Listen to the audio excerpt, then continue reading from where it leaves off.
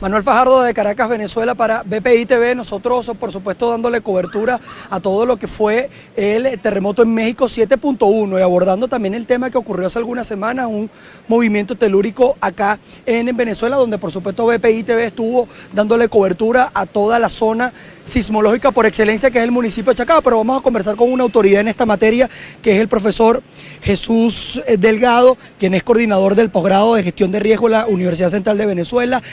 Además, experto en la materia. Recordando hoy, el día de hoy, profesor, 50 años del terremoto de Caracas. ¿Qué aprendizaje nos quedó de ese momento? Y también si estamos preparados en este momento, 2017, a enfrentar un movimiento telúrico como el que ocurrió en México el día de ayer. Bueno, muchas gracias, como siempre, por este tipo de oportunidades para la población. Es muy bueno decir que en el término de los 50 años del terremoto de Caracas, la ciudad ha crecido muchísimo. Es decir, cuando decimos muchísimo, estamos hablando de una ciudad que pasó de 1.600.000 habitantes en la región metropolitana a una ciudad que está en el orden de los 7 millones de habitantes, posiblemente más. De manera que en términos porcentuales todos los servicios en este momento están en una cantidad de menor disponibilidad en relación a la población. Es decir, tenemos más zonas sin cubrimiento de agua, tenemos más zonas sin cobertura de camas hospitalarias, tenemos una capacidad de atención de emergencias relativamente menor y tenemos una capacidad de la población misma de atender una emergencia mayor también un poco más disminuida debido a que el crecimiento de la ciudad, tanto en las zonas informales o barrios como en las zonas residenciales, ha sido de mucha densidad, manteniendo básicamente la misma cantidad de espacios abiertos, lo que significa que en este momento Caracas tiene uno de los menores porcentajes de espacio abierto en relación al área construida, y eso significa que en caso de desalojos masivos, en caso de necesidad de hacer espacios para desocupar población mientras los edificios se inspeccionan después de un sismo tan fuerte como el que ocurrió en Ciudad de México lamentablemente ayer, no se dispone en estos momentos de ese tipo de espacio. ¿Eso qué significa? Que la lucha de la planificación urbana actual de la ingeniería tanto es para que los edificios resistan en caso de sismo, como para que la ciudad pueda atender la emergencia que se presenta, pero lamentablemente, como te estoy diciendo, los servicios que disponemos en Caracas están un poco por debajo de la norma, y con eso digo, más de 13% de la población no tiene acceso a agua potable, que en caso de un sismo es el principal recurso que se necesita. Tenemos la energía eléctrica también en unas condiciones bastante frágiles, eso lo estamos sabiendo, y no es un problema de la ciudad de Caracas, es nacional. Y obviamente, cuando se producen sismos de cierta magnitud, sobre todo de 6 grados en adelante, es normal en cualquier parte del mundo que cae el servicio eléctrico. Cuando en Caracas cae el servicio eléctrico, rápidamente cae el agua, porque no tenemos que dejar de considerar que todo el agua de Caracas viene por es decir, por energía eléctrica. Si no hay energía eléctrica, no hay agua. Y si no hay agua, imagínate sin tener reservas en la ciudad, ya que lo que hablamos del embalse de la Mariposa es básicamente un tanque de agua y el embalse de la Pereza es otro pequeño tanque de agua, pues vamos a tener una ciudad colapsada en términos de servicio en muy poco tiempo. Nuestro único recurso, y el cual siempre estamos tratando de preservar, es que tenemos una pista, un aeropuerto como La Carlota, que está dentro de la ciudad, en el corazón geográfico de la ciudad, y eso sí sigue siendo, digamos, un gran recurso para Caracas, porque después de todo le permitiría a la ayuda internacional, a la ayuda humanitaria, llegar rápidamente y acceder dentro de la ciudad.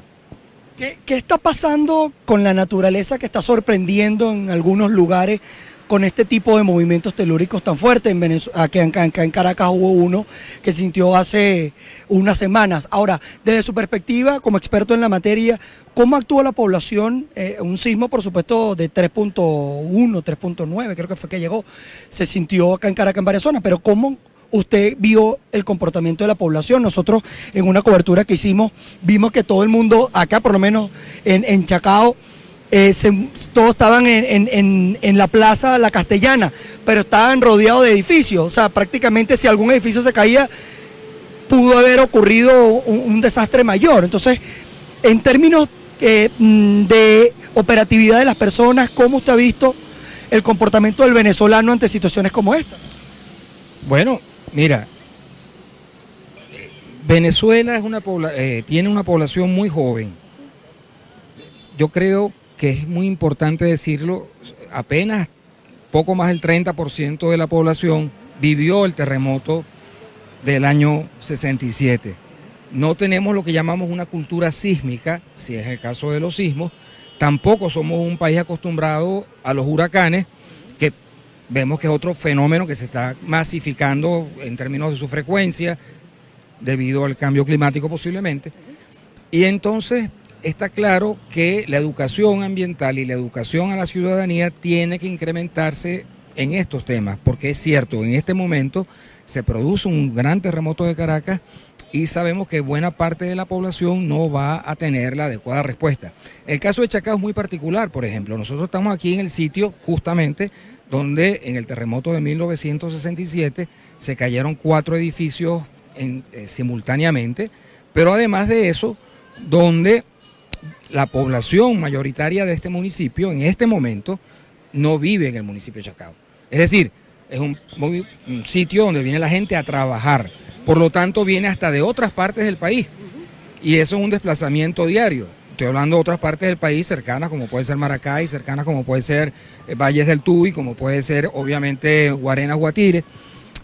Y por lo tanto, no hay un control estadístico de las organizaciones de seguridad propias, que sí las tiene el municipio de Chacao, porque no es su población.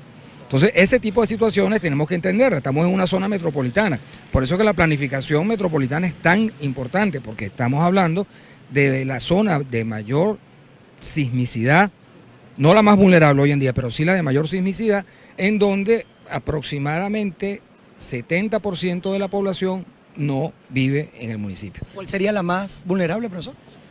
Es que vamos a estar claros, en este momento las zonas más vulnerables están ubicadas en los barrios que están cercanos a las quebradas y en los barrios que están ubicados en las montañas. No es por otra cosa, sino porque son casas hechas sin ningún tipo de norma sismo resistente, son edificaciones que fueron creciendo con el tiempo, es decir, que cuando tú dejaste un piso, pasaron 5 o 10 años para construir el piso de arriba y así sucesivamente. No hay continuidad estructural, que es lo que llamamos, y por lo tanto ese edificio no tiene una respuesta sísmica adecuada. Así tenemos al 40% de la ciudad. Entonces, imagínate, en ese 40% de una ciudad de 7 millones de habitantes, estamos hablando de 3 millones de habitantes.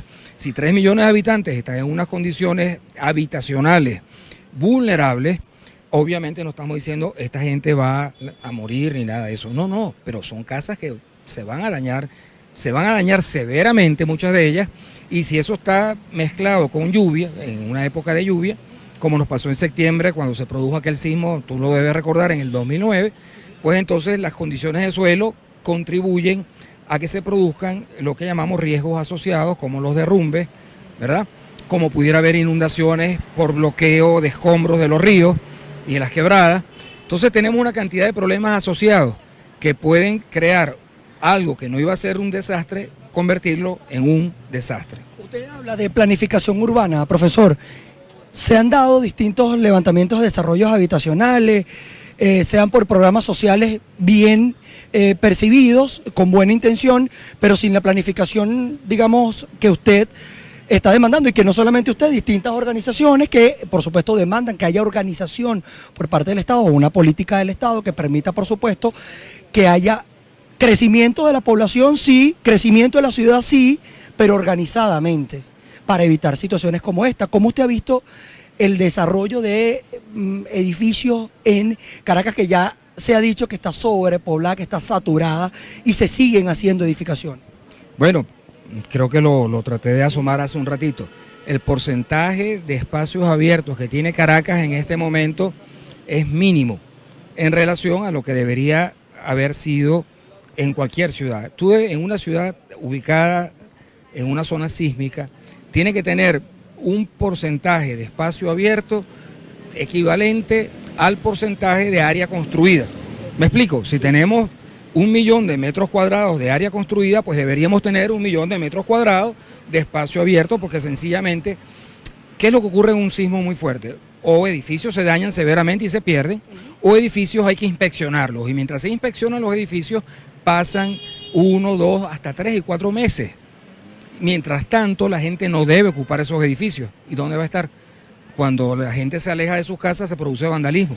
Entonces, ¿qué pasa? Estamos en una situación en la cual abordar tantos edificios con tan pocos ingenieros que tenemos todavía en una situación de estas en el país, toma tiempo.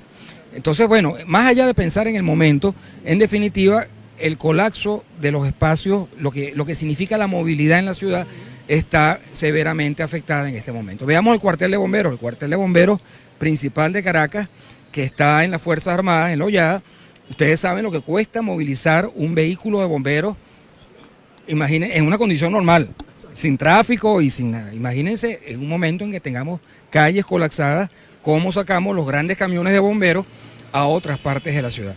Y si hay derrumbes en las vías, etcétera, pues la cosa se complica. Entonces, tenemos que comenzar a pensar en crear espacios abiertos. Por ejemplo, tenemos grandes posibilidades todavía. La Hollada es un espacio que, estando anexo al cuartel de bomberos, debería ser un espacio preparado para ocupación de población. La Carlota es un espacio que no podemos dejar perder. Es muy bueno que sea un parque, pero que preservemos la pista de la Carlota.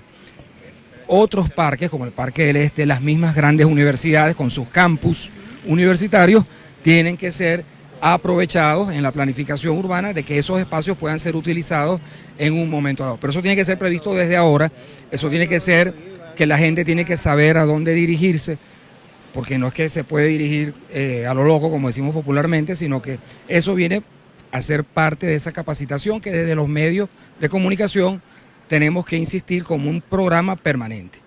Ya para finalizar, profesor Jesús Delgado, ante los riesgos, evidentemente, estamos viendo que los seres humanos somos unas barajitas en esta situación. El miedo, por supuesto, es inminente y nosotros no somos nada ante los desastres naturales. ¿Qué recomendaciones inmediatas, no para los momentos, sino también para la prevención y para el momento en sí, cada quien desde su casa, desde lo pequeño, abordar este tipo de situaciones? Mira, lo primero siempre se puede hacer muy rápidamente, hay que tener agua en cada habitación de la casa. Agua. Si a nosotros nos agarra un sismo y el edificio queda muy dañado y no te puedes mover de una habitación, tienes agua. Uno puede estar como ser humano sin comer una semana, pero sin agua no aguantas 3, 4 días. Además que se te complica hasta el pensamiento, digamos, la sed hace violenta a la gente. Entonces, la principal recomendación que siempre hacemos es agua. Hay que tener una botella de cualquier marca que ustedes quieran, que sea agua, digamos, ya tratada. Hay que tener con uno siempre, dentro del espacio que más esté, las personas que están medicadas tienen que tener una ración de medicamento adicional a la que siempre tienen con uno mismo. Uno siempre tiene que tener la posibilidad, si no es por un teléfono celular, porque ya no hablamos del radiecito como decíamos antes, de estar comunicados y en ese sentido tener baterías de emergencia. Hay baterías solares hoy en día inclusive. Es decir, tenemos que buscar la manera de no perder la comunicación, pero sobre todo no perder la salud inmediata, y la salud inmediata es el agua. Eso sería una medida fundamental. Lo otro es la planificación familiar. Nosotros ya tenemos que comenzar a tener cultura, que en otros países sí la tienen, de no mantener residuos sólidos, basura dentro de la casa, permanentemente hay que estarla sacando, porque cuando uno acumula basura en la casa, parece mentira, el día a día no lo notas, pero si eso ocurre, hay gente que no la saca todos los días, sino cada 2 o 3 días, ocurre un proceso de esto y la putrefacción de alimentos es una cosa que daña mucho, porque además trae las enfermedades colaterales por las cuales mucha gente se ve afectada después de los grandes desastres, como pasó en Haití. Mucha gente en Haití no murió por el terremoto, murió por cólera, murió por enfermedades epidémicas. Entonces, en una ciudad como está Caracas en este momento, donde no hay un servicio de recolección de residuos sólidos eficiente, por las razones que ustedes quieran imaginar, pero no lo hay, no podemos darnos el lujo nosotros de tener además en las casas residuos sólidos. Hay que buscar la manera de circular los residuos sólidos de la basura de las casas y sobre todo la que tenga alto contenido de materia orgánica y que pueda generar enfermedades. Esos son pequeños planes familiares, porque también puede ser un plan familiar, es obvio saber la ruta y los sitios de llegada, cosa que ya está pasando por el tema de la seguridad ciudadana de todos los miembros de la familia. Porque, ¿qué pasa? Una de las experiencias que tuvimos con el desastre de Vargas, es que antes se solía separar a la familia. Bueno, rescatamos ahorita a los niños, a las niñas, después a las mujeres y después a los hombres. Si no hay una suficiente contacto, mira, todavía hay familias después del desastre de Vargas que quedaron desconectadas, que no se han conseguido. Eso para los organismos del Estado no es fácil.